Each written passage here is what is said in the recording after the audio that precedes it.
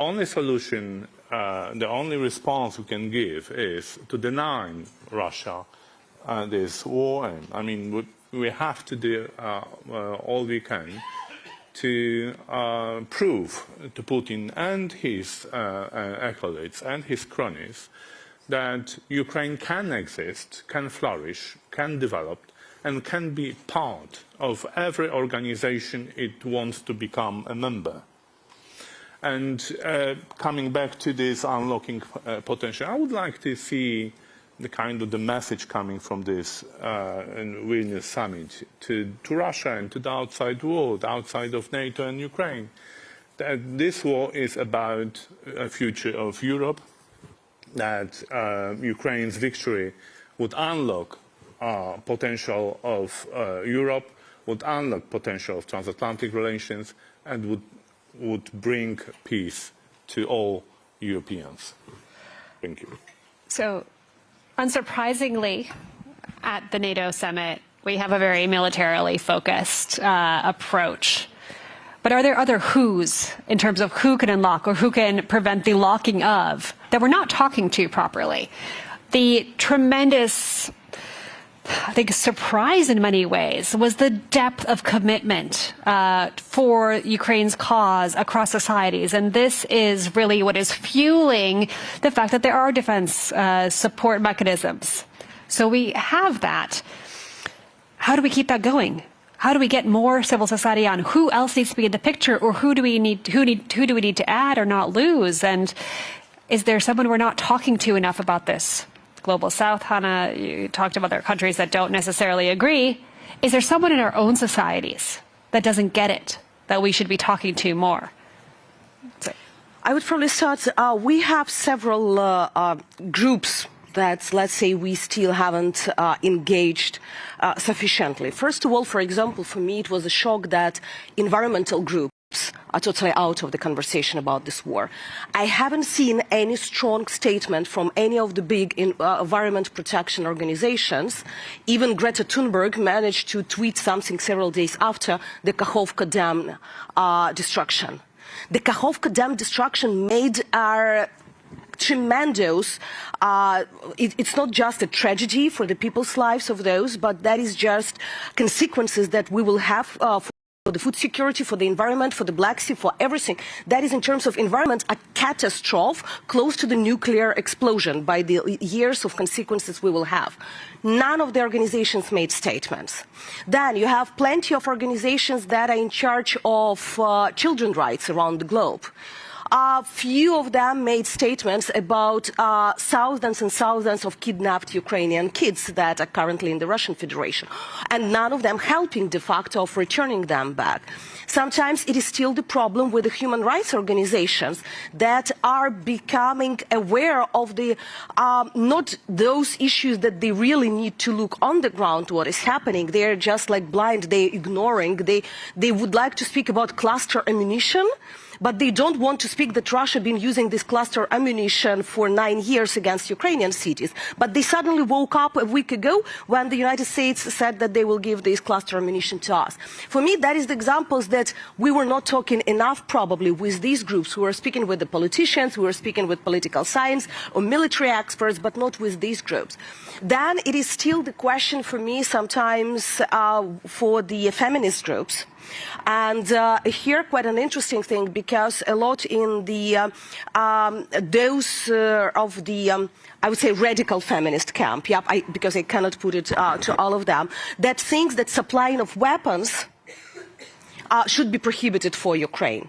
And we have these groups that are working because that is in general of these pacifistic, and in general the pacifistic movements, they just would like the war to be over.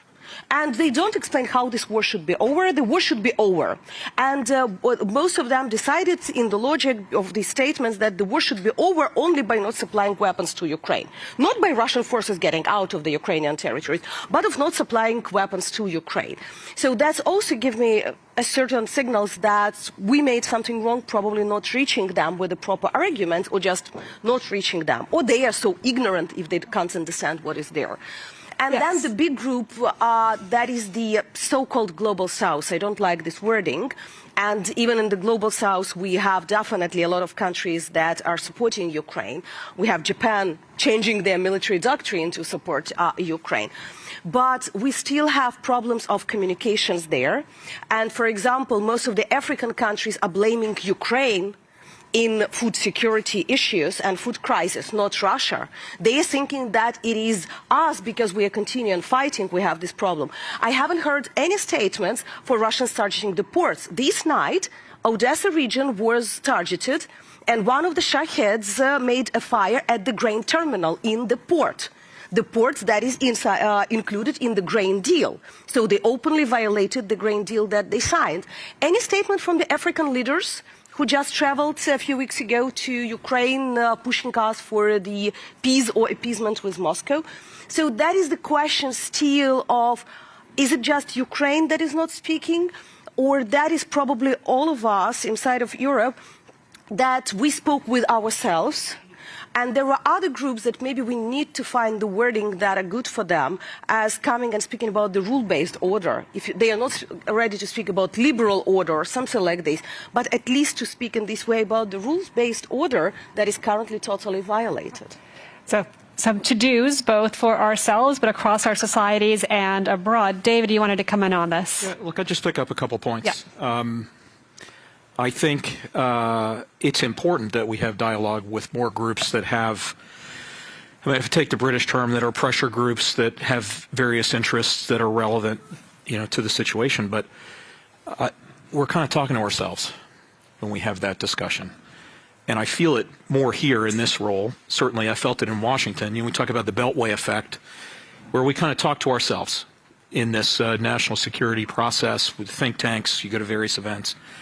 And it's important, but it's not as important as it is for our leaders to speak with our societies and for our societies to understand what's happening and why it's important.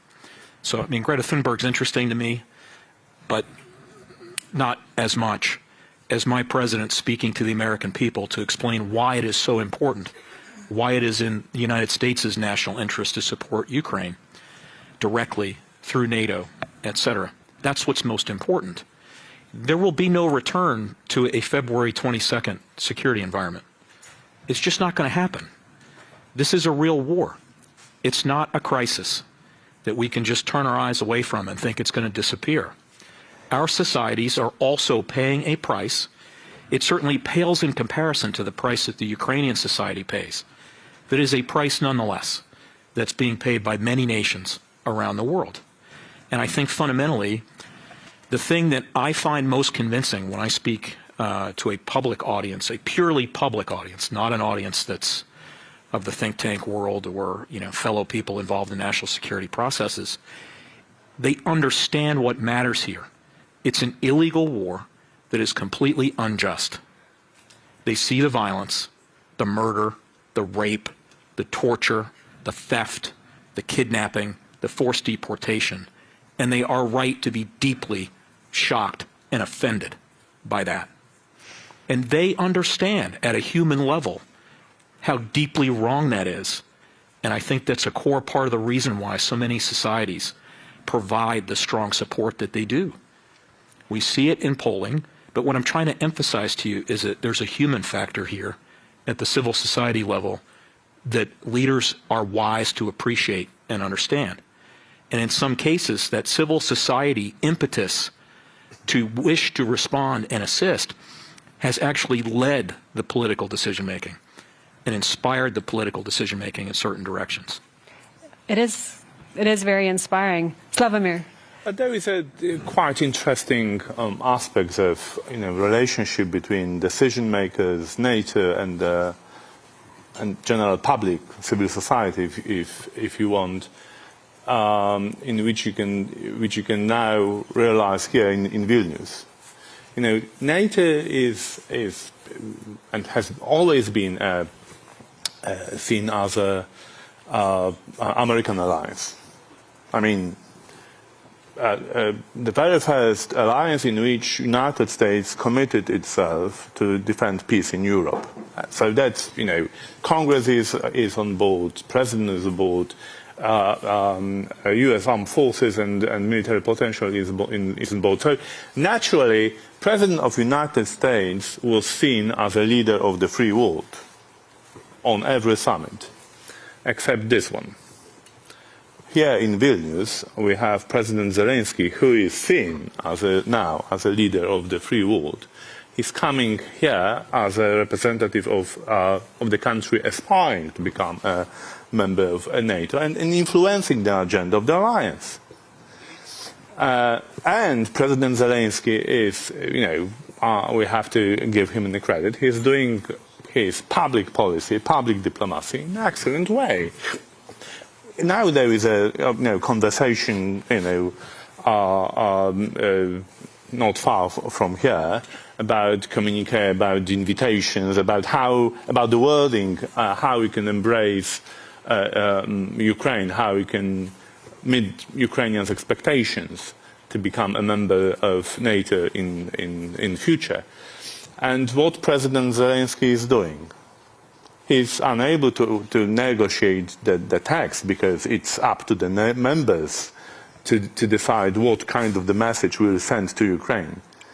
But he tries to bring on board to address the public behind the leaders, because public wants wants NATO to help Ukraine.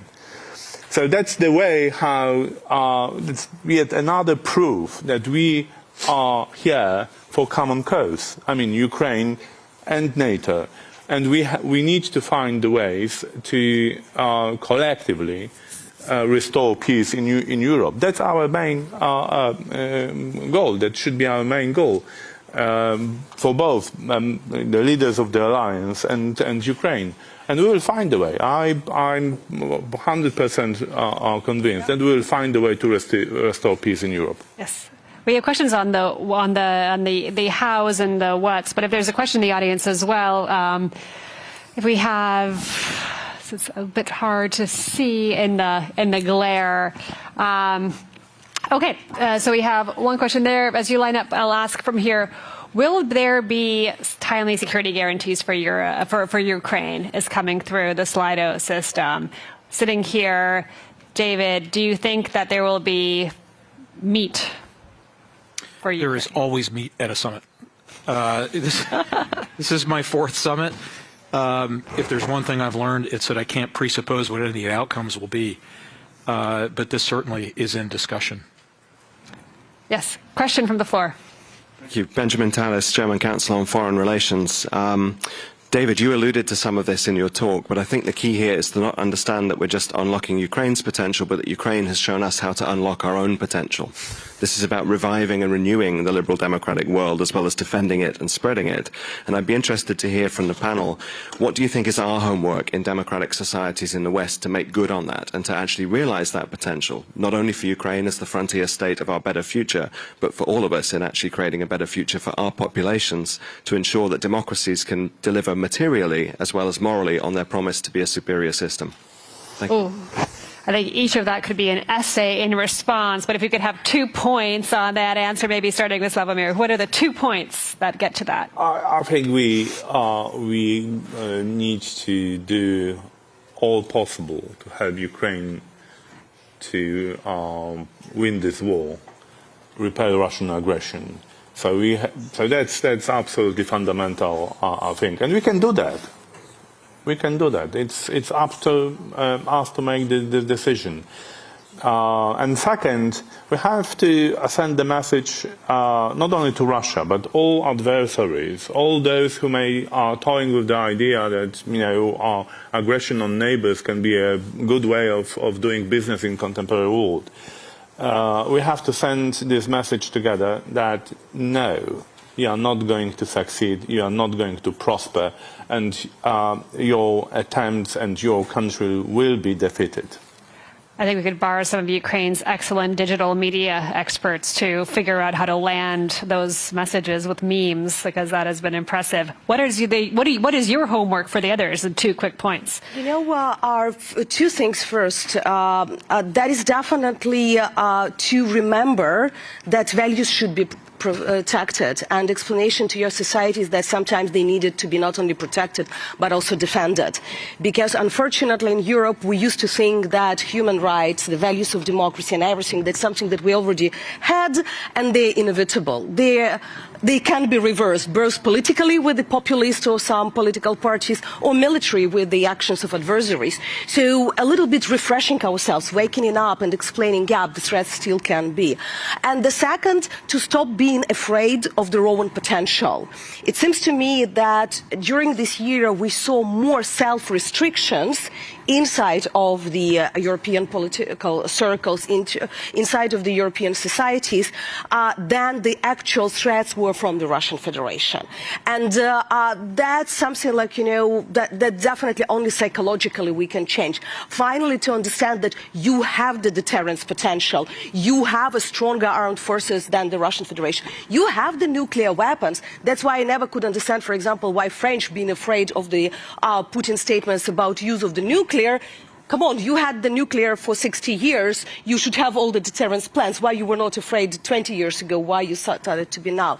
So just stop to be afraid of their own potential. David, your 2 points. Okay, very briefly. I think first, Ukraine must prevail. Ukraine must win. It matters not just for Ukraine, but it matters for the security architecture in Europe and the security architecture that NATO cares the most about. So it's important. Really important to see that all the way through. And I think the related point I would make is that while I don't think anyone knows when the war will end, I think everyone can easily understand that the way the war ends matters a great deal. That if there is an unjust peace that does not ensure that Ukraine is free and whole, I don't know how long that peace lasts. And that's why I think it's so important that we have to be very, very clear with ourselves and with our nations about what this means and why we do the things that we do to support Ukraine.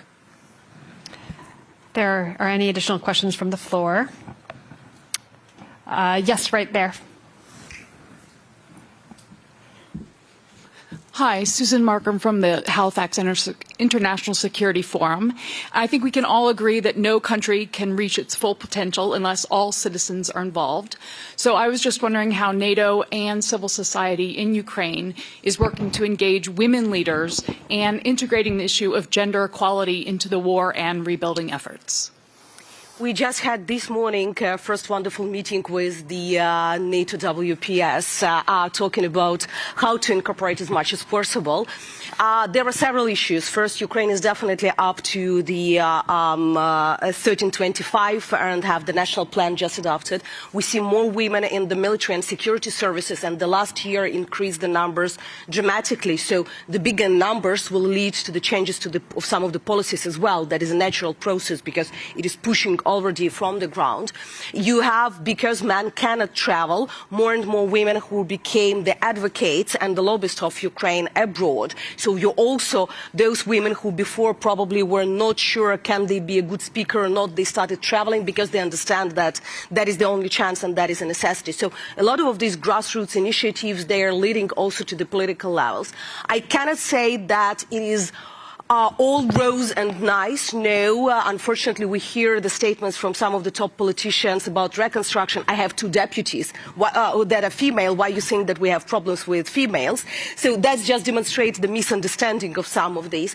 But we initiated these discussions. We're putting these, we have the advisors at each of them, from military groups and sections to the ministries that are now raising these questions, and through raising proper questions, we expect to have better changes in the policies as well. I think that's a wonderful note to end on. And I think what is clear is that we have so many tasks to either not lock or to unlock Ukraine's potential militarily. The need to ensure victory is paramount, and to have this future with NATO that there is so much commitment to. But that requires also the societies to be fully on board. And clearly there are parts of society that could use a lot more engagement on this as we move forward.